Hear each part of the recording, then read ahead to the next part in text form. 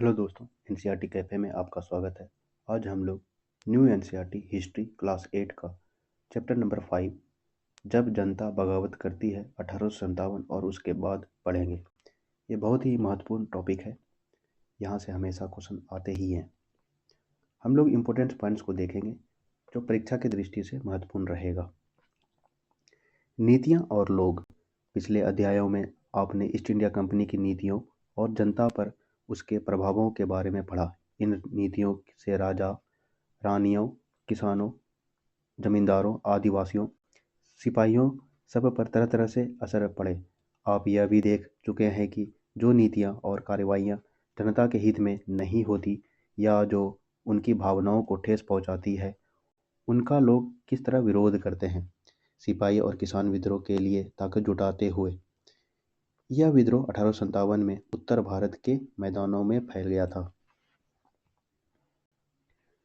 नवाबों से छिनती सत्ता। 18वीं सदी के मध्य से ही राजाओं और नवाबों की ताकत छिनने लगी थी। उनकी सत्ता और सम्मान दोनों खत्म होते जा रहे थे। बहुत सारे दरबारों में रेजिडेंट तैयार कर दिए गए थे।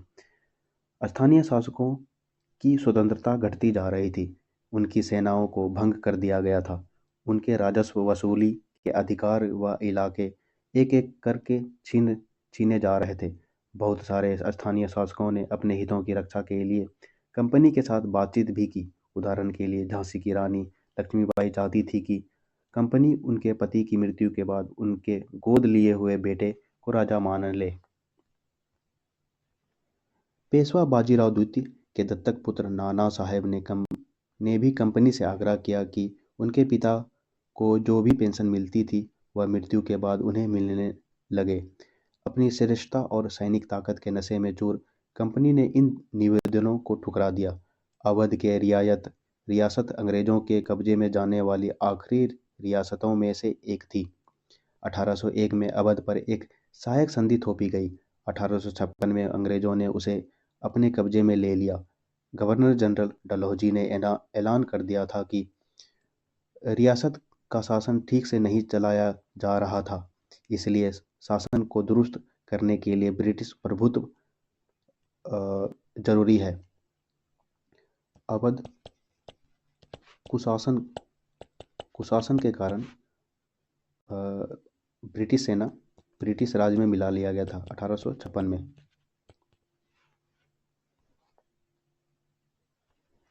और अवध का अंतिम राजा था वाजिद अली खान था। वाजिद अली खान।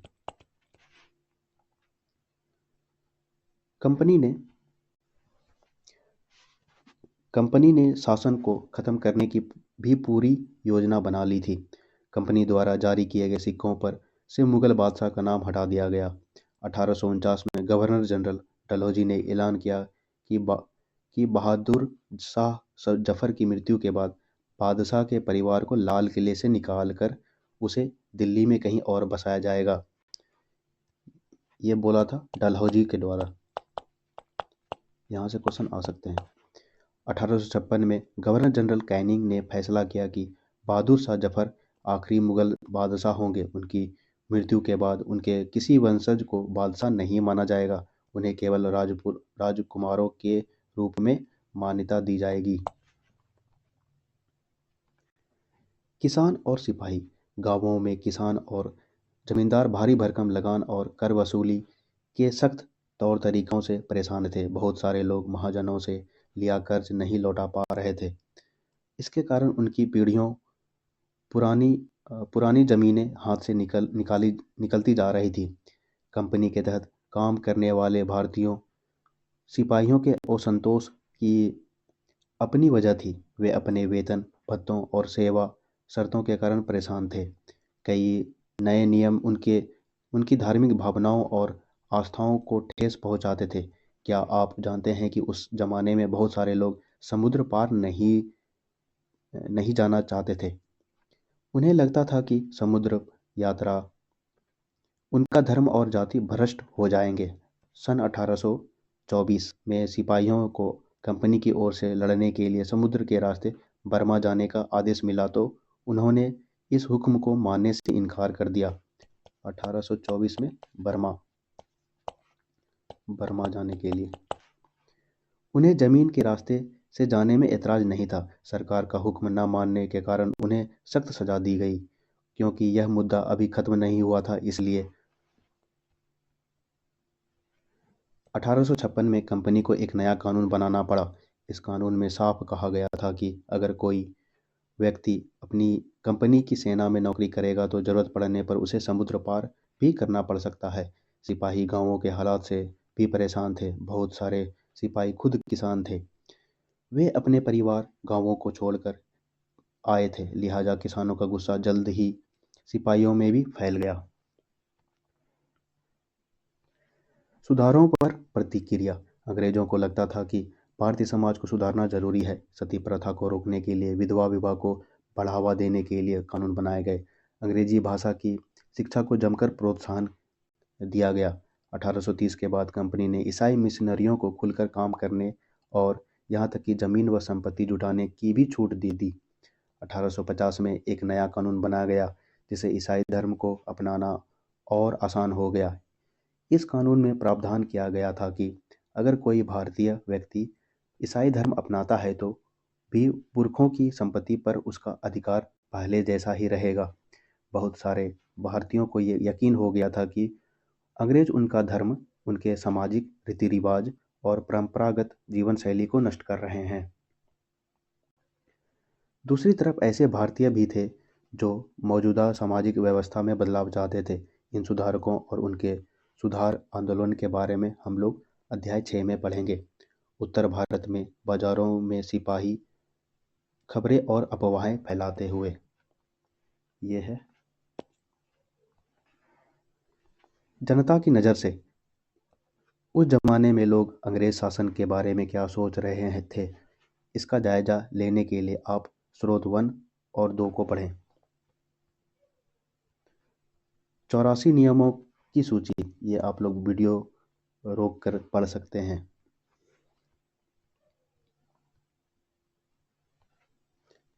जल्दी ही हर टुकड़ी में उत्तेजना छा गई। उस दौरान एक और झलक सूबेदार सीताराम पांडे के संस्मरणों में मिलती है। सीताराम पांडे को 1812 में बंगाल नेटिव आर्मी में सिपाही के तौर पर भर्ती किया गया था। उन्होंने 48 साल तक नौकरी की और 1800 साल में वे सेवानिवृत्त हुए। उन्होंने बगावत को दबाने में अंग्रेजों की मदद की, हालांकि उनका बेटा भी विद्रोहियों के साथ था और अंग्रेजों ने उसे सीताराम की आंखों के सामने मार डाला। अपने सेवानिवृत्ति के बाद उनके कमान अफसर नारगेट ने उन्हें अपने संस्करण लिखने के लिए प्रेरित किया। सीताराम 1861 में अवधी भाषा में अपने संस्करण लिखे, जिनका नारगेट में ने अंग्रेजी में अनुवाद किया और फ्रॉम सिपाही टू सूबेदार, सिपाही से सूबेदार तक के नाम से प्रकाशित करवाया। सीताराम पांडे के संस्करणों का एक अंश इस प्रकार था। मेरा मानना था कि अवध पर हुए कब्जे से सिपाहियों के भीतर गहरा अविश्वास भर गया था और वे सरकार के खिलाफ साजिश रचने लगे थे। अवध के नवाब और दिल्ली बादशाह के नुमाइंदों को सेना की नब्ज जानने के लिए पूरे भारत में भेज दिया गया। उन्होंने सिपाहियों की भावनाओं को हवा दी। उन्होंने सिपाहियों को बताया कि विदेशियों ने बादशाह के साथ कितना बड़ा धोखा किया। उन्होंने हजार झूठ गढ़े डाले और सिपाहियों को अपने मालिकों अंग्रेजों के खिलाफ बगावत करने के लिए उकसाया ताकि दिल्ली में बादशाह को दोबारा गद्दी पर बैठाया जा सके। उनकी दलील थी कि अगर सिपाही मिलकर काम करें और इन सुझावों पर अमल करे तो सेना ऐसा कर सकती है। मेरठ में विद्रोही सिपाही अफसरों पर हमला करते हैं, उनके घर में घुस जाते हैं और इमारतों से आग लगा देते हैं।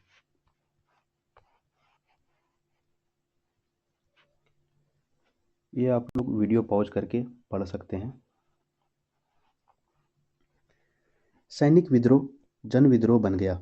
यद्यपि शासक और प्रजा के बीच संघर्ष को कोई अनोखी बात नहीं होती, लेकिन कभी कभी ये संघर्ष इतने फैल जाते हैं कि राजा की सत्ता छिन भिन हो जाती है। बहुत सारे लोग मानने लगे थे कि उन सब का शत्रु एक ही है। इसलिए वे सभी कुछ करना चाहते हैं। इस तरह की स्थिति में हालात अपने हाथ में लेने के लिए लोगों को संगठित होना पड़ता है। उन्हें संचार, पहलकदमी और आत्मविश्वास का परिचय देना होता है। सैनिक विद्रोह: जब सिपाही इकट्ठा होकर अपने सैनिक अफसरों का हुक्म मानने से इनकार कर देते हैं। भारत के उत्तरी भागों में 1857 में ऐसी ही स्थिति पैदा हो गई। फतह और शासन के 100 साल बाद ईस्ट इंडिया कंपनी को एक भारी विद्रोह से जूझना पड़ रहा था। मई 1857 में शुरू हुई इस बगावत ने भारत में कंपनी का अस्तित्व ही खतरे में डाल दिया था। मेरठ से शुरू करके सिपाहियों ने कई जगह बगावत की। समाज के विभिन्न तबकों के असंख्य लोग विद्रोही तेवरों के साथ उठ खड़े हुए। कुछ लोग मानते थे कि 19वीं सदी में उपनिवेशवाद के खिलाफ दुनिया भर में यह सबसे बड़ा सशस्त्र संघर्ष था। मेरठ से दिल्ली तक: 8 अप्रैल 1857 को युवा सिपाही मंगल पांडे को बैरकपुर में अपने अफसरों पर हमला करने के आरोप में फांसी पर लटका दिया गया था। मंगल पांडे को गिरफ्तार कब किया गया था? गिरफ्तार 29 मार्च 1857 को। आप यहाँ लिख लीजिएगा। चंद दिन बाद मेरठ में तैनात कुछ सिपाहियों ने नए कारतूसों के साथ फौजी अभ्यास करने से इनकार कर दिया। सिपाहियों को लगता था कि उन कारतूसों पर गाय, सूअर की चर्बी का लेप चढ़ाया गया था। 85 सिपाहियों को नौकरी से निकाल दिया गया। उन्हें अपने अफसरों का हुक्म न मानने के आरोप में 10-10 साल की सजा दी गई। 9 मई 1857 की बात है। कैवेलरी लाइनों में युद्ध: 3 जुलाई 1857 को 3000 से ज़्यादा विद्रोही बरेली से दिल्ली आ पहुंचे। उन्होंने यमुना पार किया और ब्रिटिश कैवेलरी चौकियों पर धावा बोल दिया। यह युद्ध पूरी रात चलता रहा। मेरठ में तैनात दूसरे भारतीय सिपाहियों की प्रतिक्रिया बहुत जबरदस्त रही। 10 मई को सिपाहियों ने मेरठ की जेल पर धावा बोल कर वहां बंद सिपाहियों को आज़ाद करा दिया। उन्होंने अंग्रेज अफसरों पर हमला करके उन्हें मार गिराया। उन्होंने बंदूक और हथियार कब्जे में ले लिए और उन्होंने और अंग्रेजों की इमारतों व संपत्तियों को आग के हवाले कर दिया। उन्होंने फिरंगियों के खिलाफ युद्ध का ऐलान कर दिया। सिपाही पूरे देश में अंग्रेजों के शासन को खत्म करने पर आमदा थे, लेकिन सवाल यह था कि अंग्रेजों के जाने के बाद देश का शासन कौन चलाएगा। सिपाहियों ने इसका भी जवाब ढूंढ लिया था। वे मुगल सम्राट बहादुर शाह जफर को देश का शासन सौंपना चाहते थे। मंगल पांडे की स्मृति में जारी टिकट। फिरंगी, विदेशी, इस शब्द में अपमान का भाव आता है। मेरठ के कुछ सिपाहियों की एक टोली 10 मई की रात को घोड़ों पर सवार होकर मुंह अंधेरे ही दिल्ली पहुंच गई। जैसे ही उन्हें उनके आने की खबर फैली, दिल्ली में तैनात टुकड़ियों ने बगावत कर दी। यहाँ भी अंग्रेज अफसर मारे गए। देसी सिपाहियों ने हथियार व गोला बारूद कब्जे में ले लिया और इमारतों को आग लगा दी। विजयी सिपाही लाल किले की दीवारों के आसपास जमा हो गए। वे बादशाह से मिलना चाहते थे। बादशाह अंग्रेजों की भारी ताकत से दो हाथ करने को तैयार नहीं थे, लेकिन सिपाही भी अड़े रहे। आखिरकार वे जबरन महल में घुस गए और उन्होंने बहादुर शाह जफर को अपना नेता घोषित कर दिया। बूढ़े बादशाह को सिपाहियों की यह मांग माननी पड़ी। उन्होंने देश भर के मुखियाओं और शासकों को चिट्ठी लिखकर अंग्रेजों से लड़ने के लिए भारतीय राज्यों का एक संघ बनाने का आह्वान किया। बहादुर शाह के इस एकमात्र कदम के गहरे परिणाम सामने आए। अंग्रेजों से पहले देश के एक बहुत बड़े हिस्से पर मुगल साम्राज्य का ही शासन था। ज़्यादातर छोटे शासक और रजवाड़े मुगल बादशाह के नाम पर ही अपने इलाकों का शासन चलाते थे। ब्रिटिश शासन के विस्तार से भयभीत ऐसे हुए सारे शासकों को लगता था कि अगर मुगल बादशाह दोबारा शासन स्थापित कर ले तो वे मुगल आधिपत्य में दोबारा अपने इलाकों का शासन बेफिक्र होकर चलाने लगेंगे। बहादुर शाह जफर, यह है। अंग्रेजों को इन घटनाओं की उम्मीद नहीं थी। उन्हें लगता था कि कारतूसों के मुद्दों पर पैदा हुई उथल-पुथल कुछ समय में शांत हो जाएगी, लेकिन जब बहादुर शाह जफर ने बगावत को अपना समर्थन दे दिया तो स्थिति रातों रात बदल गई। अक्सर ऐसा होता है कि जब लोगों को कोई रास्ता दिखाई देने लगता है तो उनका उत्साह और साहस बढ़ जाता है। इससे उन्हें आगे बढ़ने की हिम्मत, उम्मीद और आत्मविश्वास मिलता है। नाना साहेब बगावत फैलने लगी। जब दिल्ली से अंग्रेजों के पैर उखड़ गए तो लगभग एक हफ्ते तक कोई कहीं कोई विद्रोह नहीं हुआ। जाहिर है खबर फैलने में भी कुछ समय तो लगता ही था, लेकिन फिर भी तो विद्रोहियों का सिलसिला ही शुरू हो गया। एक के बाद एक रेजिमेंट में सिपाहियों ने विद्रोह कर दिया और वे दिल्ली, कानपुर व लखनऊ जैसे मुख्य बिंदुओं पर दूसरी टुकड़ियों का साथ देने को निकल पड़े। उनकी देखा-देखी कस्बों और गांवों के लोग भी बगावत के रास्ते पर चलने लगे। वे स्थानीय नेताओं, जमींदारों और मुखियाओं के पीछे संगठित हो गए। ये लोग अपनी सत्ता स्थापित करने और अंग्रेजों से लोहा लेने को तैयार थे। स्वर्गीय स्वर्गीय पेशवा बाजीराव के दत्तक पुत्र नाना साहेब कानपुर के पास रहते थे। उन्होंने सेना इकट्ठा की और ब्रिटिश सैनिकों को शहर से खदेड़ दिया। उन्होंने खुद को पेशवा घोषित कर दिया। उन्होंने ऐलान किया कि बहादुर शाह जफर के तहत गवर्नर हैं। लखनऊ की गद्दी से हटा दिए गए नवाब वाजिद अली शाह के बेटे बिरदिश कद्र को नया नवाब घोषित कर दिया गया। लखनऊ वाजिद अली शाह का बेटा ना, वाजिद अली शाह का बेटा क्या था? बिरजिस कद्र। ये नया पॉइंट है और ये इंपॉर्टेंट लग रहा है। ठीक है। बिरजिस कद्र ने भी बहादुर शाह जफर को अपना बादशाह मान लिया। उनकी मां बेगम हजरत महल ने अपने अंग्रेजों के खिलाफ विद्रोहों को बढ़ावा देने में बढ़ चढ़कर हिस्सा लिया। झांसी में रानी लक्ष्मीबाई भी विद्रोही सिपाहियों के साथ जा मिली। उन्होंने नाना साहब कानपुर के सेनापति तात्या टोपे के साथ मिलकर अंग्रेजों को भारी चुनौती दी। मध्य प्रदेश के मांडला क्षेत्र में रायगढ़ की राजी अवंतीबाई लोधी ने 4000 सैनिकों की फौज तैयार की और अंग्रेजों के खिलाफ उसका नेतृत्व किया, क्योंकि ब्रिटिश शासन ने उनके राज्य के प्रशासन पर नियंत्रण कर लिया। अवंतीबाई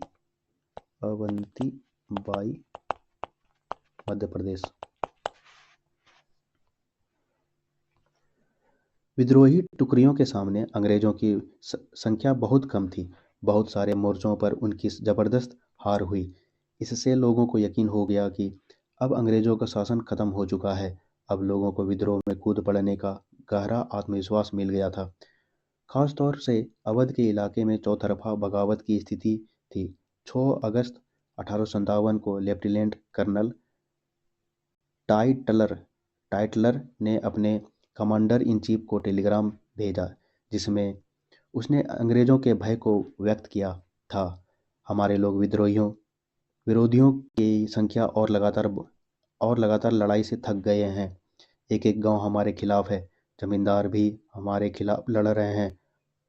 इस दौरान बहुत सारे महत्वपूर्ण नेता सामने आए। उदाहरण के लिए फैजाबाद के मौलवी अहमदुल्लाह शाह ने भविष्यवाणी कर दी थी कि अंग्रेजों का शासन जल्दी ही खत्म हो जाएगा। वह समझ चुके थे कि जनता क्या चाहती थी। इस आधार पर उन्होंने अपने समर्थकों की एक विशाल संख्या जुटा ली। अपने समर्थकों के साथ वे भी अंग्रेजों से लड़ने लखनऊ जा पहुंचे। दिल्ली में अंग्रेजों का सफाया करने के लिए बहुत सारे गाजी यानी धर्म योद्धा इकट्ठा हो गए थे। बरेली के सिपाही बख्त खां बरेली ने लड़ाकों की एक विशाल टुकड़ी के साथ दिल्ली की ओर कूच कर दिया। इस बगावत में एक मुख्य व्यक्ति साबित हुआ। बिहार के एक पुराने जमींदार कुंवर सिंह ने भी विद्रोही सिपाहियों का साथ दिया और महीनों तक अंग्रेजों से लड़ाई लड़ी। कुंवर सिंह, आरा जिला, बिहार।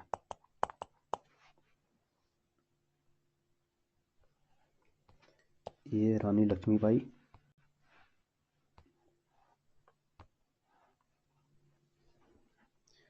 तमाम इलाकों के नेता और लड़ाकों इस युद्ध में हिस्सा ले रहे थे। वीर कुंवर सिंह, आरा जिला, बिहार।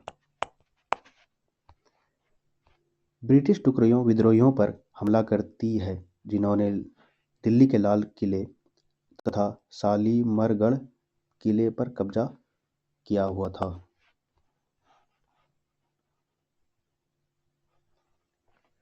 कंपनी का पलटवार।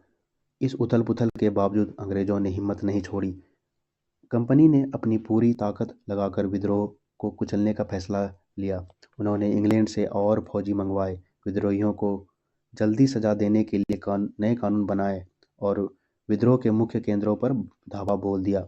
सितंबर 1857 में दिल्ली दोबारा अंग्रेजों के कब्जे में आ गई।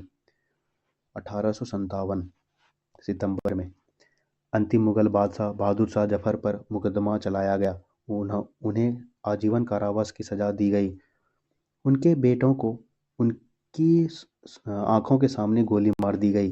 बहादुर शाह जफर और उनकी पत्नी बेगम जीनत महल को अक्टूबर 1857 में रंगून जेल भेज दिया गया।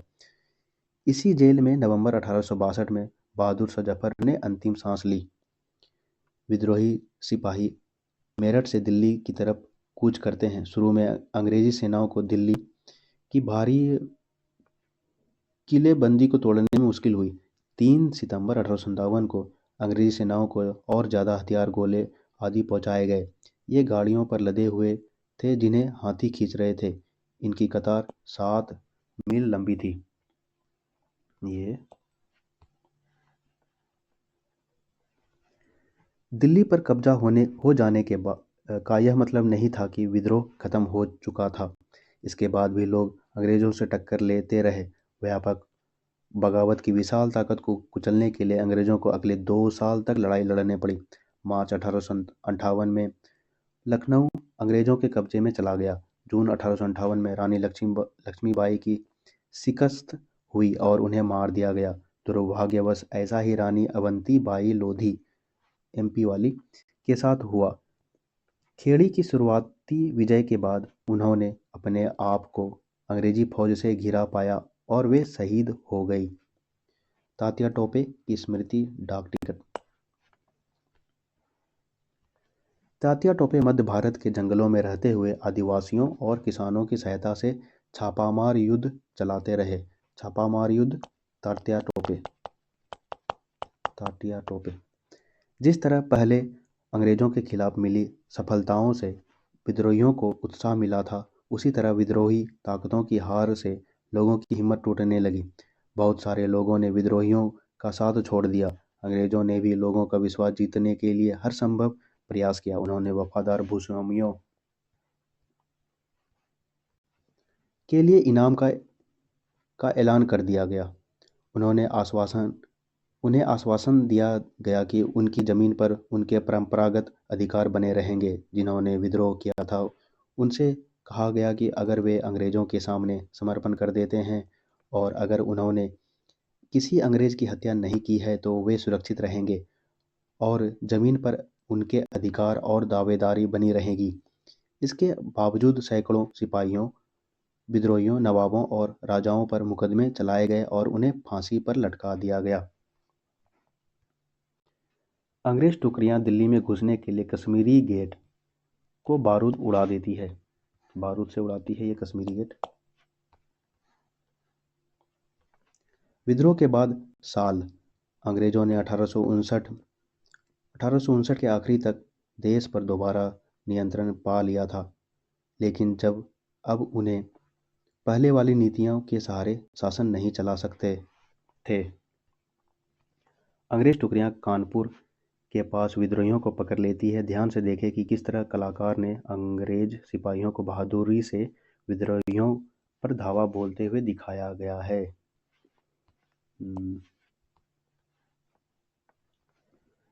अंग्रेजों ने जो अहम बदलाव किए वे निम्नलिखित हैं।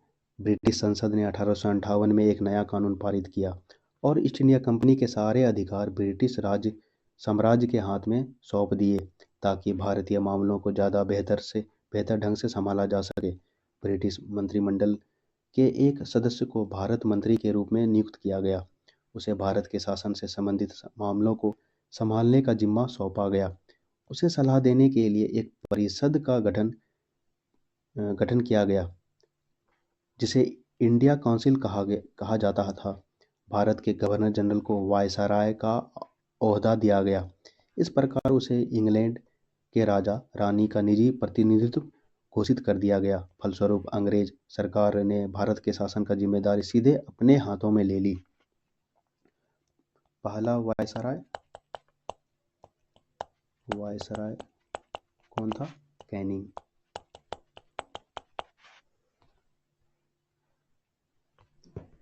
देश के सभी शासकों को भरोसा दिया गया कि भविष्य में कभी भी उनके भू क्षेत्र पर कब्जा नहीं किया जाएगा। उन्हें अपनी रियासत अपने वंशजों यहाँ तक कि दत्तक पुत्रों को भी सौंपने की छूट दे दी गई, लेकिन उन्हें इस बात के प्रेरित किया गया कि वे ब्रिटेन की रानी को अपना आधिपत्य स्वीकार करें। इस तरह भारतीय शासकों को ब्रिटिश साम्राज्य के अधीन शासन चलाने की छूट दी गई। सेना में भारतीय सिपाहियों का अनुपात कम करके और यूरोपीय सिपाहियों की संख्या बढ़ाने का फैसला किया। यह भी तय किया गया कि अवध, बिहार, मध्य भारत और दक्षिण भारत से सिपाही को भर्ती करने की बजाय अब गोरखा, सिखों और पठानों में से ज़्यादा सिपाही भर्ती किए जाएंगे। अवध, बिहार और मध्य भारत के सिपाही लोग को नहीं किया जाएगा और गोरखा, सिखों और पठानों में से ज़्यादातर सिपाही भर्ती किए जाएंगे। ये यहाँ से इम्पोर्टेंट है। मुसलमानों की ज़मीन और संपत्ति बड़े पैमाने पर जब्त की गई। उन्हें संदेह व शत्रुता के भाव से देखा जाने लगा। अंग्रेजों को लगता था कि यह विद्रोह उन्होंने ही खड़ा किया था।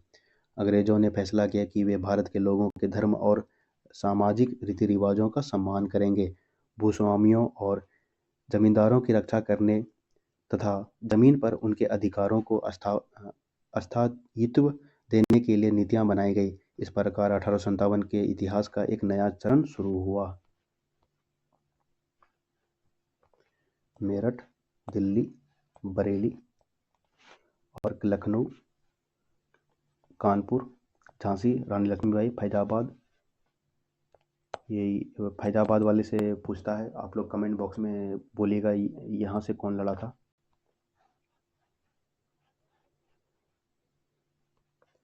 खुदा संग्राम एक केस स्टडी है। आप लोग वीडियो रोक करके पढ़ सकते हैं।